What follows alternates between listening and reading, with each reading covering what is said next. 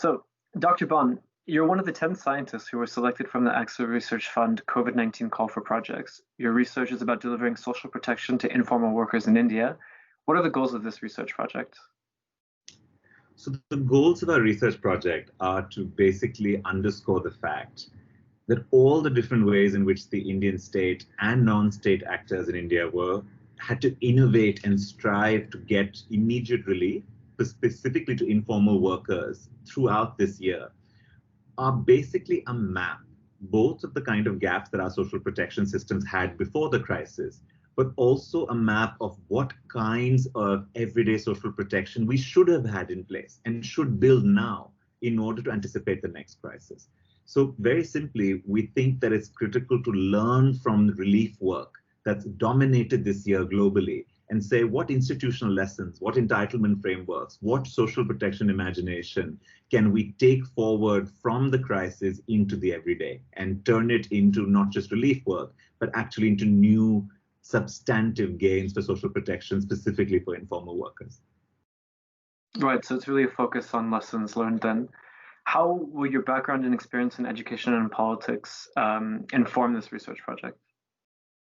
So I'm part of a set of researchers working on this project, all of whom sort of ask very particular questions about cities in the global south, and particularly about Indian cities.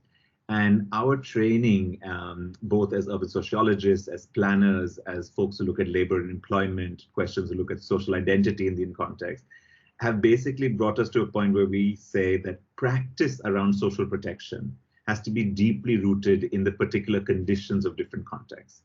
And that the questions of informal work and the questions of the vulnerability and resilience of informal work are essentially the core of our interdisciplinary groups training, and how to learn from these conditions, how to follow the lead of workers and worker organizations in coping, thriving, flourishing despite extraordinary challenges. In many ways, I think that's the way we see our work experience as having been structured over the past few years. So we've been working with domestic worker unions, with the state governments, with non-state actors, and learning from each of them on what they have to offer to a broader understanding of social protection systems. So I think it's really about the partnerships that we've been able to build.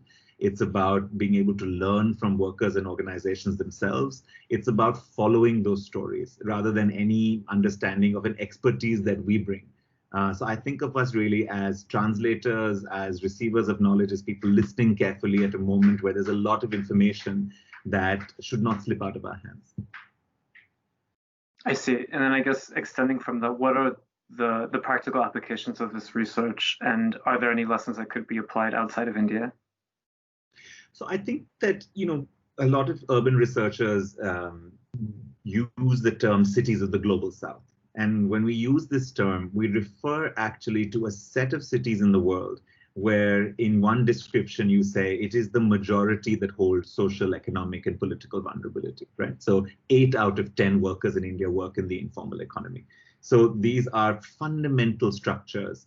So the scale of application of these learnings is enormous. And these are, the informal economy is a way of organizing the current universe, which is not just true of India, it is true of much of the world. Even, for example, in the last statements by the International Labour Organization, 18% of the American workforce is considered to be informal.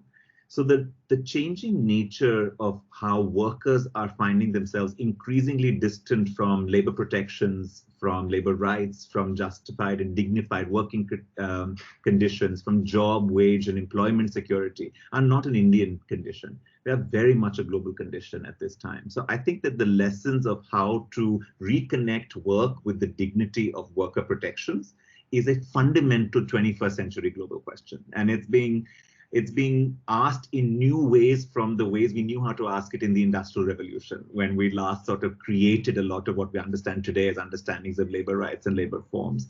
And I think it's important to both say, what does it mean to create this from outside that time and that certain political economy, but also from places where these theories never emerged from places. This is about Lagos and Cairo and Johannesburg and Dhaka and Manila and Delhi and Mumbai. It's not just about what, in my discipline, the great cities of London, Paris, New York, and Tokyo. So I think this has lessons for everywhere. but these are lessons that come from somewhere. And I think that's a very important kind of rootedness. So we don't want ideas that are parochial, but we also don't want ideas that are placeless and universal. We want ideas that are knowledge that is rooted and comes from place.